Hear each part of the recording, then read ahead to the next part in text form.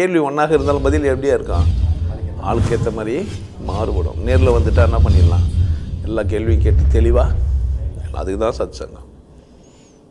என்னுடைய நோக்கம் எல்லாம் மனிதர்கள் எல்லாம் மகிழ்ச்சியாக இருக்கணும், அவ்வளோதான். சிஎம் விஜய் பற்றி பொதுவாக நடிகர்கள் சினிமா துறையாளர்கள்லாம் வரமாட்டாங்க, வருவாங்க அப்படிலாம் இருக்குது.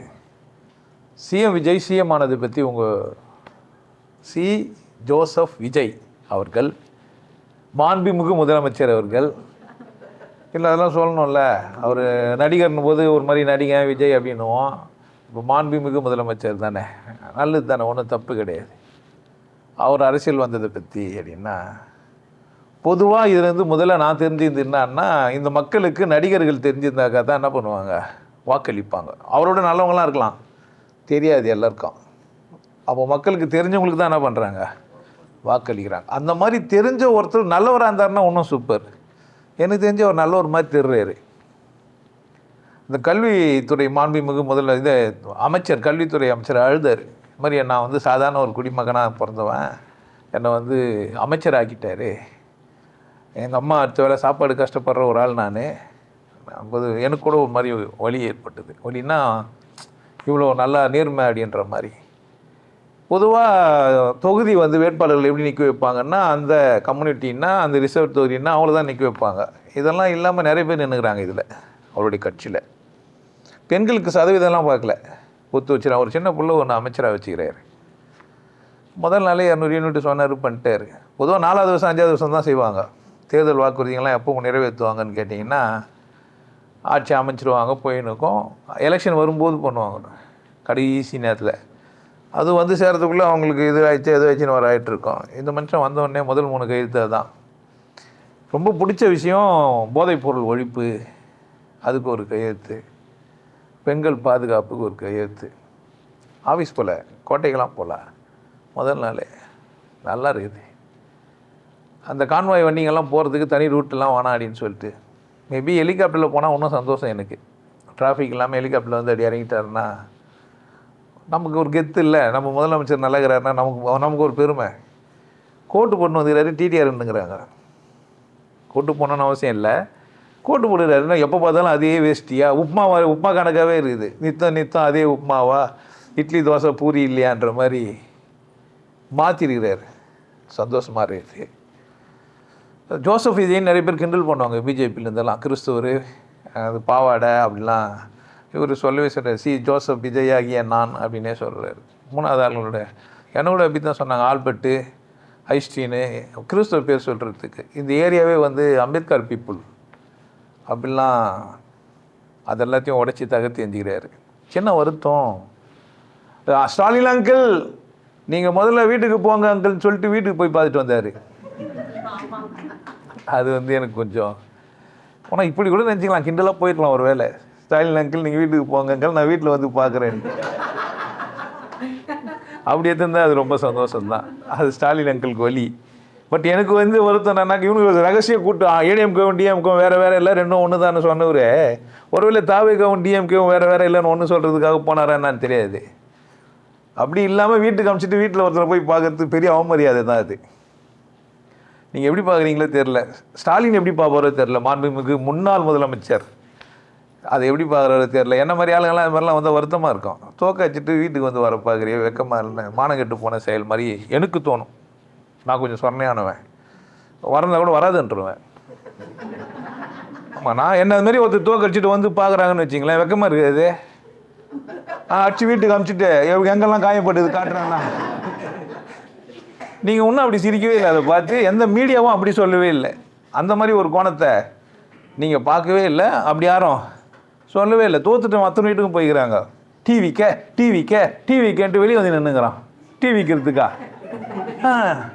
பூரா பயிலும் மானம் கட்டு போயிடறான் இல்லையா? எவனோ ஒருத்தன் வராதுன்னு சொல்லுவான்னு பார்த்தா எல்லாம் வெளியே நின்றுங்கிறாங்க ஒருவர் முதலமைச்சர்ன்ட்டு. இதுவே பெரிய அவமானம் தான். யாருக்கு புரியுதுன்னு தெரில. யாருன்னா புரிஞ்சுதா முதல்ல? என்ன இது வரைக்கும் யாருன்னா புரிஞ்ச மாதிரி எனக்கு தெரிலப்பா. என்ன மாதிரி யாருன்னா புரிஞ்சு வச்சுக்கிட்டீங்க? ஒன்றுங்கிறாங்க அப்படி கூட ஒன்று எடுத்துக்கலாம். அந்த பக்கம் அப்படியும் பாருங்கள், அது ஒன்றும் தப்பு இல்லை. ஆனால் என்னுடைய பார்வை தான் அடிச்சு வீட்டுக்கு அனுப்பிச்சிட்டு போய் எங்கெல்லாம் காயப்பட்டது, ஊமை குத்துன்னே என்னாச்சு அப்படின்னு பார்த்துட்டு வந்த மாதிரி தான் எனக்கு தோணுதுப்பா. இதுக்கப்புறமா நீங்கள் எப்படி பார்ப்பீங்களே தெரில. உங்கள் பார்வை மாற்றிக்கோங்க, இல்லை அப்படியே கூட பாருங்கள். இல்லை களவாணி பையன் ரகசியமாக போய் உறவு வச்சுக்க பார்க்கலாம், தெரியாது. என்னை பொறுத்த வரைக்கும் அது அவமானப்படுத்துறது தான். நீங்கள் யோசித்து பாருங்களேன். இல்லை சண்டை போட்டு குஸ்தி பயில்வான பாக்ஸிங் ஜெயிச்சிட்டான், வீட்டுக்கு அமிச்சிட்டு வீட்டில் போய் எங்கெங்க அடிச்சோம் காட்டுறா அப்படின்னா பாவம் இல்லை, சேர்ப்பாங்க. ஒருத்தனை அடிச்சு வீட்டுக்கு அமிச்சிட்டு போய் வீட்டுக்கு வந்து உன்னை பார்க்குறேன்னா சேர்ப்பான். வீட்டில் உங்களாச்சும் சொல்லணும்ல. பூரா போயில மானம் கட்டு போய் பக்கத்தில் போய் நிற்கிறாங்க எல்லாம். அவர் வீட்டுக்கு வராருன்னு உடனே அந்த கட்சி ஆளுங்கள்லாம் போய் நிற்கிறாங்க. எல்லா கட்சியிலையும் சொல்கிறேன், நாட் ஓன்லி அங்கிளுக்கு மட்டும் கிடையாது, நிறைய அங்கிள்ஸ் அப்படி தான் இருந்தாங்க. இது புரியுதா உங்களுக்கு? பெரிய ஆள் தான் அந்த விதத்தில். மிஸ்டர் சி ஜோசப் விஜய் நான் அந்த விதத்தில் ரொம்ப பாராட்டுறேன். எனக்கு நான் உள்ளூரை ரசிச்சிங்கண்ணா, நீ வேறுபட்ட ஆள்ற இல்லை அடியும் வச்சுட்டு போய் நோ தானே கேட்டு வந்துக்கிறேன். அவர் இப்போ ஆட்சி கவனம் அப்போ ஆட்சி கவனம் ஆளாளுக்கு ஜோசியம் சொல்லுங்கிறாங்க. அது வாய்ப்பு இல்லைன்னு நான் நினைக்கிறேன். வாய்ப்பு அதில் இல்லை. எல்லாரும் மக்களுக்கும் புரிஞ்சிருக்குது. ஒரு 717 கடையை டக்குன்னு நிறுத்திட்டாரு. உடனே டாஸ்மார்க்காரங்கெல்லாம் கொடி பிடிக்க ஆரம்பிச்சுக்கிறாங்க. வந்து பார்க்கலாம் என்ன நடக்குன்னு தெரில. குடிமக்கள்லாம் ரொம்ப ஜாலியாகிட்டாங்க. நானும் ஒரு குடிமகன் தான், ஆனால் நான் லோக்கல் சாராயம் குடிக்கிற மகன் கிடையாது. ஆமாம், நீங்கள் அதை முதல்ல சொல்லணும். எலைட்டில் தான் போய் வாங்குவேன். இப்போ எலைட்லேயும் வாங்குறதில்ல, ஏர்போர்ட்டுக்கு போய் அடிக்கடி வெளிநாட்டுக்கு போய் வரதால வெளிநாட்டிலேருந்து வரும்போது பாட்டில் பிடிச்சின்னு வந்துடுவேன். நானும் யார் தான், குடிமகன் தான். அதுக்குன்னு குடிச்சிட்டு வாந்தி எடுக்கிற மகன் கிடையாது, குடிச்சிட்டு கொண்டாடுற மகன். குடிமகனுக்கெல்லாம் ஒரே சந்தோஷம். 10 ரூபாய் எவனே என்னன்னா பறக்கும் படை வந்து பிடிச்சின்னு போயிடும். இப்போ தான் உள்ளேருந்து குத்தெல்லாம் வெளியே வருது. போலீஸ்காரங்கெல்லாம் மாமூல் கேட்குறாங்க, நாங்கள் எப்படி கொடுக்குறது. 10 ரூபாய் பாட்டில் நிறுத்தின உடனே அடுத்த திருட யாரும் கண்டுபிடிக்க முடியுது. அவங்க மட்டும் இல்லை, டாஸ்மார்க்கில் வேலை செய்கிறவங்க மட்டும் காரணம் இல்லை. இப்போது அவங்க அந்த நிலைக்கு தள்ளப்பட்டதுக்கான காரணமும் தெரிய வருது. ஒரு குற்றம் நிற்கினா ஒன்றும் வேணாம், இந்த மக்களுக்கு நல்லது செய்யணும்னு நினைக்கிற யார் வந்தாலும் இந்த நாடு என்ன தான் ஆகும், நல்லா தான் ஆகிடும். அவர் பெருசாக படிச்சிருக்கணும், இந்த துறை சார்ந்திருக்கணும்லாம் கிடையாது. ஸோ விளம்பரப்படுத்தக்கூடிய ஒரு துறையிலேருந்து வந்தாலும் பரவாயில்ல, அது பிரச்சனை இல்லை. நடிகர் வந்துட்டார், அது பிரச்சனை இல்லை. நடிகர் நல்லவனாக இருக்கக்கூடாதா அண்ணா?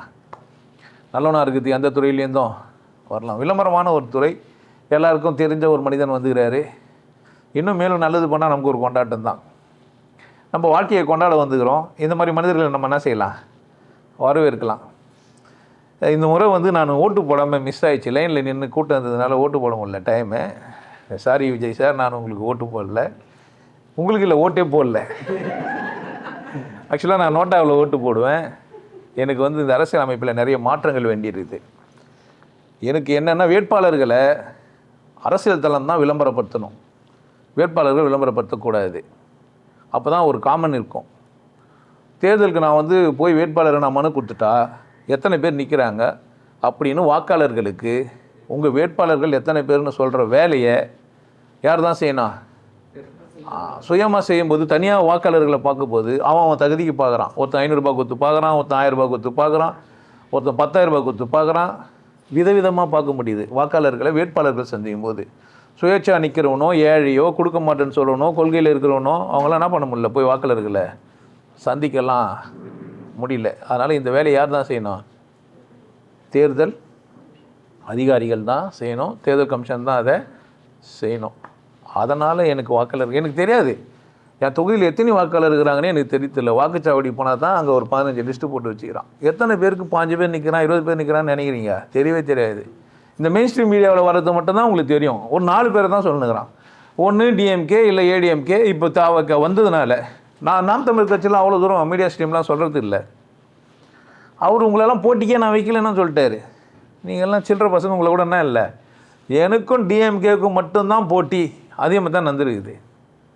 அதே மாதிரி தான் அவர் தோற்றுடுவார்னே எல்லாரும் சொல்லிடுறாங்க. அத்தனை கணிப்புக்கெல்லாம் அசிங்கப்படுத்தி விட்டார். பாண்டே நான் இனிமேப்பட்டு பேச மாட்டேன், 2 சீட்டு வந்தானாரு. பாவம் ஊந்து உருண்டுங்கிறாரு. இப்போ பாவம் மானங்கெட்ட பசங்க அப்படின்னே காட்டு பிடிக்கலாம். இந்த மீடியாவில் வச்சுன்னு பேசிக்கிறவங்கலாம் அசிங்கப்படுத்திட்டாரு. மிஸ்டர் சிஎம் என்ன பண்ணிட்டாரு, மற்ற எல்லாரையும் அசிங்கப்படுத்தாரு. அவருடைய வெற்றி நிறைய பேர் அசிங்கப்பட்டுச்சு. வரமாட்டார், தோற்றுடுவார், டிவிக்கு போனார் அப்படின்லாம் சொன்னவங்கெல்லாம் பாவம் தான். கருத்து கணிப்புன்ற பேரில் 90% கருத்து கணிப்புகள்லாம் அவர் வரமாட்டாருன்னு தான் சொல்லியிருந்தாங்க. அவர் லாலிபாப்பு சாப்பிட்றவருன்னு சொன்னாங்க ஒரு அக்கா. அவர் தான் அவங்களுக்கும் மரியாதை கொடுத்து ஒரு கட்சியிலேருந்து ஒரே ஒரு உறுப்பினர் வந்தால் கூட பரவாயில்ல, நாங்கள் மதிப்போன்றாரு. மானங்கிட்டு போய் அந்த மரியாதையை வாங்கிக்கிறாங்க. அவமானப்படுத்திக்கிறாங்க. உங்கள் கட்சி ஒரு கட்சி வச்சுக்கிறீங்க, நீங்கள் ஒரு 2 வாட்டி தேர்தலை சந்திச்சிருக்கிறீங்க, ஒரு கூட்டணிக்கு போய்க்கிறீங்க, ஒரு 20-30 எம்எல்ஏ வச்சுக்கிறீங்க, ஆனால் ஒரே ஒருத்தர் வந்துக்கிறீங்கன்னு வெக்கப்பத்திக்கிறான். மானம் கெட்டு போய் பேசிங்கிறான். கொஞ்சம் கூட சிந்திக்க மாட்டாங்க போல. இது ஐயா நம்மளை அசிங்கப்படுத்துறானே தெரியாத நிறைய பேர் இருக்கிறாங்க. என்ன தெரியாமல் இருக்கிறாங்க? நம்மளை என்ன பண்ணுறாங்க? உங்களுக்கு புரியுது அசிங்கப்படுத்துகிற விதம்? மேபி விஜய் அசிங்கப்படுத்தாமல் நேர்மையாக கூட பேசியிருக்கலாம், எனக்கு தெரியாது. நான் தான் அதை அசிங்கமாக பார்க்குறேன். அவர் எப்படி பேசியிருக்கலாம்? அரசியல் நாகரிகம் கருதி மரியாதையாக கூட போய் என்ன பண்ணியிருக்கலாம், பேசியிருக்கலாம். ஆனால் நான் என்ன நினச்சிக்கிறேன், அதை கிண்டல் பண்ணுறாரு, மொக்க பண்ணுறாருன்னு நான் நினைக்கிறேன். நீங்கள் எப்படி நினைக்கிறீங்க? அந்த கேள்வி பதிலாம் வரும், கமெண்டில் போடுங்க. எப்படி இருந்தாலும் நெகட்டிவ் கமெண்டை டெலீட் பண்ணுறேன் கூட நீங்கள் போடுவீங்க, பிரச்சனை கிடையாது. ஆனால் அங்கே இருக்காது, காக்கா குத்தின்னு போயிட்டோம். என் கமெண்டெல்லாம் சுத்தமாக இருக்கும், போய் பார்த்தீங்கன்னா ஒரே பாசிட்டிவ் கமெண்ட். ஏன்னா பொறுப்பாக என்ன பண்ணுவேன் நான், ஆட்டின் போட வேண்டியதெல்லாம் ஆட்டின் போட்டு, அதுக்கு தானே டெலீட் ஆப்ஷனே வச்சுக்குது. டெலீட் பண்ணுறவங்களுக்கெல்லாம் சொல்லி வைக்கிறேன், நேரம் வேஸ்ட் ஆகும். ஆனால் எப்படி இருந்தாலும் நான் வச்சுருவேன், படிக்கிறதாலும் உங்களுக்கு ஒன்றும் ஆக போகிறது இல்லை. சிஎம் விஜய் வாழ்க, நல்லா இருக்கட்டும். நாடு முன்னேற்றத்துக்கு நான் ஒரு கடவுள் புரிந்த மனிதனாக அவர் ஆசீர்வதிக்கிறேன். சிறப்பாக இருக்கட்டும். உங்களுக்கு எல்லாருக்கும் ஒரு விஷயம் சொல்கிறேன், ஆனந்த வாழ்வு அப்படின்ற ஒரு கோர்ஸ் யூடியூப்பில் போட்டு வச்சுக்கிறேன். Happy life course. நீங்கள் மெம்பர் ஆனீங்கன்னா ஆனந்த வாழ்வு கோர்ஸை நேரடியாக நீங்கள் யூடியூப்பில் பார்க்கலாம். ஃபேமிலியாக டிவியில் போட்டு என்ன பண்ணலாம், எல்லாரும் ஃபேமிலியாக போட்டு பார்க்கலாம். ஒருத்தர் தான் சப்ஸ்கிரைப் பண்ணீங்க, 5 பேர் 6 பேர் என்ன பண்ணலாம், நீங்கள் அதை பார்க்கலாம். வாய்ப்பு இருக்கு, பயன்படுத்திக்கப்பா. இறைவை உணர்வோம், இன்பத்தில் கிடைப்போம். குருசில யோகிய நாடு, உன்னை நீ கொண்டாடு, கொண்டாட்டம் உனது பிறப்புரிமை. மனம் மறப்போம், மனிதம் வளர்ப்போம். நல்லா இருங்க, சிறப்பாக இருங்க, கொண்டாட்டமாக இருங்க. உங்களை நீங்கள் மதிப்பு மிகுந்தவராக மாற்றுறது உங்கள் கையில் தான் இருக்குது. நல்லா இருங்க. நான் ஒரு வாய்ப்பு, என்னை பயன்படுத்திக்கலாம். நல்லது.